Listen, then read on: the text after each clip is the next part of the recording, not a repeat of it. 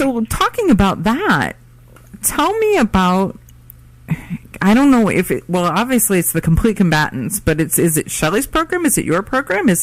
But the women's Mix and Mingle. Are you like the guy with the girl with the gun? I mean, yeah, I did all this. No. No, I just wanted to know, were you like the token male in the room? Well, we went to SHOT Show, and they had a women's meet and mingle there, and Shelley's like, that's a really good idea. And she loves networking, and she got in there, and she met a lot of great people. And we were talking on the way home, and we started kind of hashing out, and she's like, I really think I could do something like that in the Southeast. And I said, what a great idea. How can I support you in this? And it didn't take much, really, after that point. I didn't have to do a whole lot except write an occasional check to help out. Now, Rob, I want you to remember this sentence. He says, what a great idea. How can I support you? That's what he said. That's like write that down, because that's like a Valentine's Day gift that you can just open the envelope and read it to her. It's the same thing that we get, because he said, go for it, and then she went and did it, and he pretty much just stand back and you go, girl, and pats her on the back once in a while. And so you got the same thing, just the verbiage is a little different. Yeah, you call me you dumbass. What do you think? I'd call it steering from the back of the bus is what I call it. Well, I'm a coach, so I probably use a little different work. She gets a pat. Get in there. Get in there. You're winning. Run. I'm proud of you. Get after it. Exactly. So I know that last year's Women's Mix and Mingle was hugely successful, and that this year she's planning it even better, right?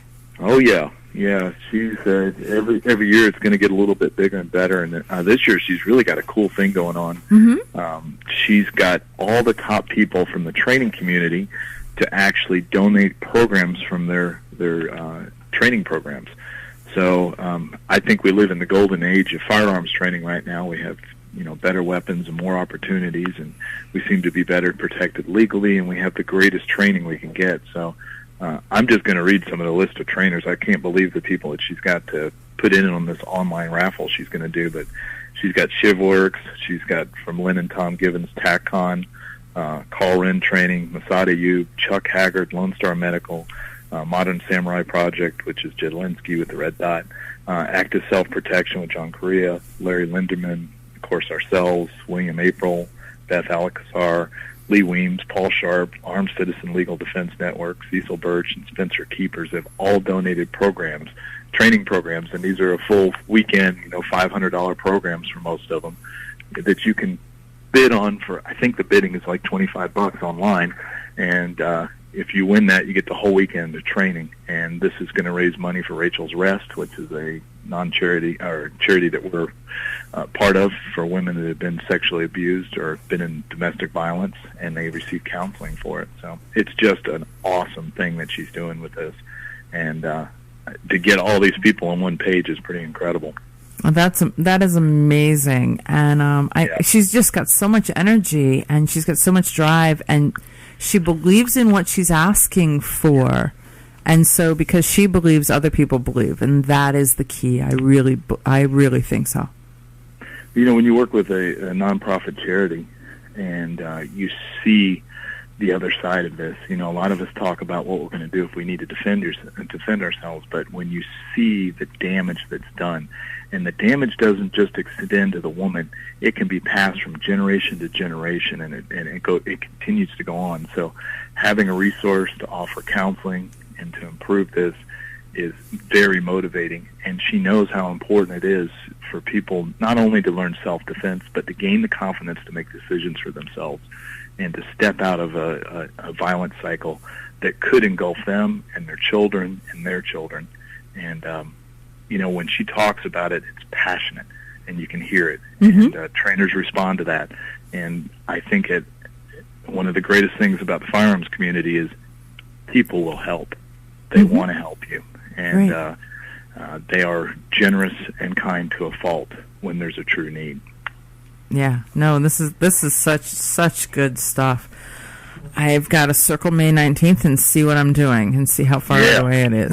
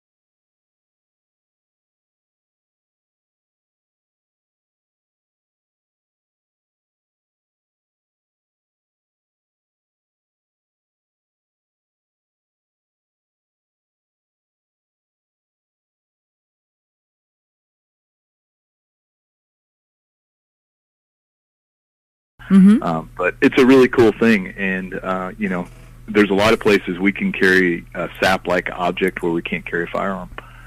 So it gives us another option in the toolkit. Nice. Yeah.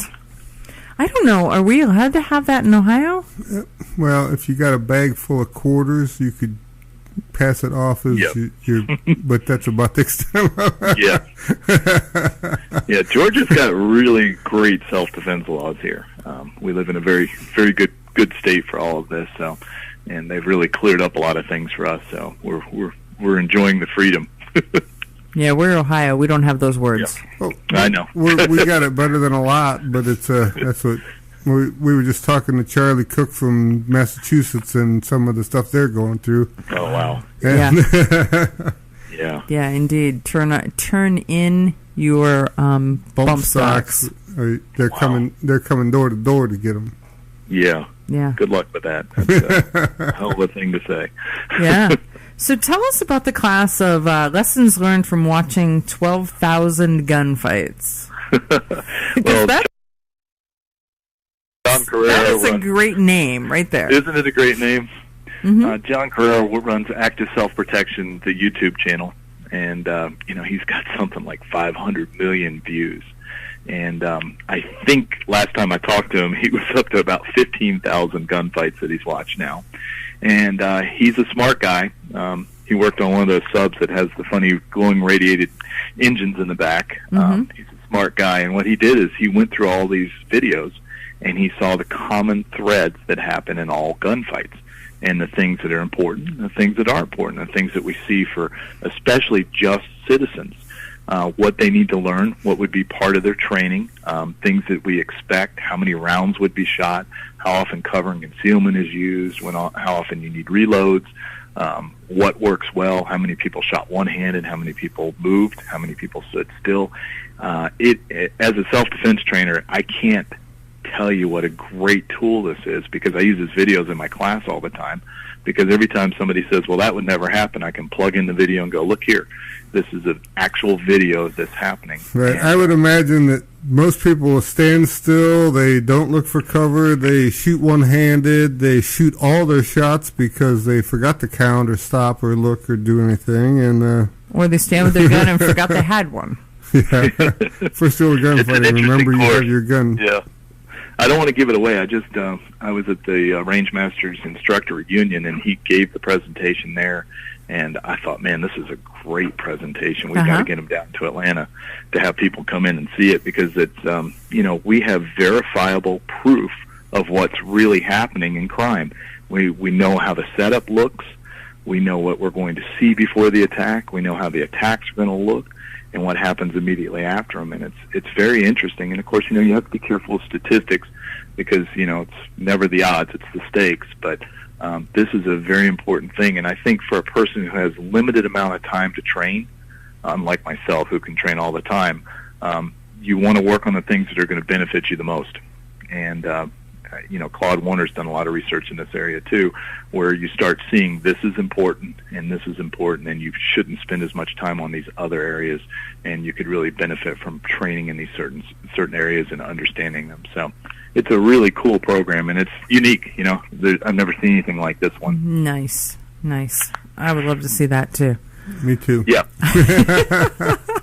I'm really good at selling other people's stuff. I just wanna not have to have a job so I could go do all this cool stuff. The funny part, he says, amen. well, he's got time. He's got plenty of time to train, and I'm like, I bet he probably has less time to train than he thinks, because his own less time to train for himself. Yes. Everybody thinks, well, I got into this so I could shoot more. It's like I shoot less than I ever shot, and training's the same way. I mean, the only time I actually get to train is when somebody's paying me to be the trainer. Yeah. Well, what cures that is obsessive compulsive disorder, like I have. And I actually got up early this morning to go do dry fire. I think this year I will average about 25,000 rounds shot between competition and training and on a weekly basis and teaching classes.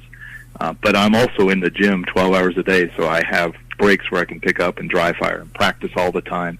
And I'm a compulsive practicer. My whole life has been nothing but martial arts discipline. So I brought that to the firearm. and I find a way to practice, and I really push myself. And my wife says I am totally not normal, and there's nobody else in the world like me. So there's some of that. I'd say, yeah. Yeah. I have a good trainer. Yeah, it makes really. I have a Mantis X that I use in the kitchen. I'm sure that's not every day either, but there you go. Are you enjoying that? I love that thing. Yeah. Yeah. Nice to have metrics, isn't it? Yes, I really do like it. So, hey, Brian, I want to thank you for being a fabulous guest on Eye on the Target Radio. You are so engaging and so fun. And, well, it's a pleasure talking to you guys, too. I just enjoyed it so much. Well, good. I hope you enjoy it enough that you'll agree to come back. Always. I'm here whenever you need me, so thank you for having us. Okay. So, well, we will be in touch, and I'm sure that I will be chatting with your wife at some point, because she offered to give me a hand when I have a chance to pop my head up and breathe. So, well, if you don't call her, she's going to call you. I'm sure we'll hit that. But at this point, I've got this workload moratorium, so it's like nobody can talk to me until after the Preppers Ball. So, yeah. When I have a deadline for the charity and a deadline for work at the same time, I'm almost... there's no living with me, we'll just say. So good luck, Rob. There you go. So, Brian, thank you very much. Brian Hill, thecompletecombatant.com. So go check out their website, sign up for some classes, drive down to Atlanta, and get in the game.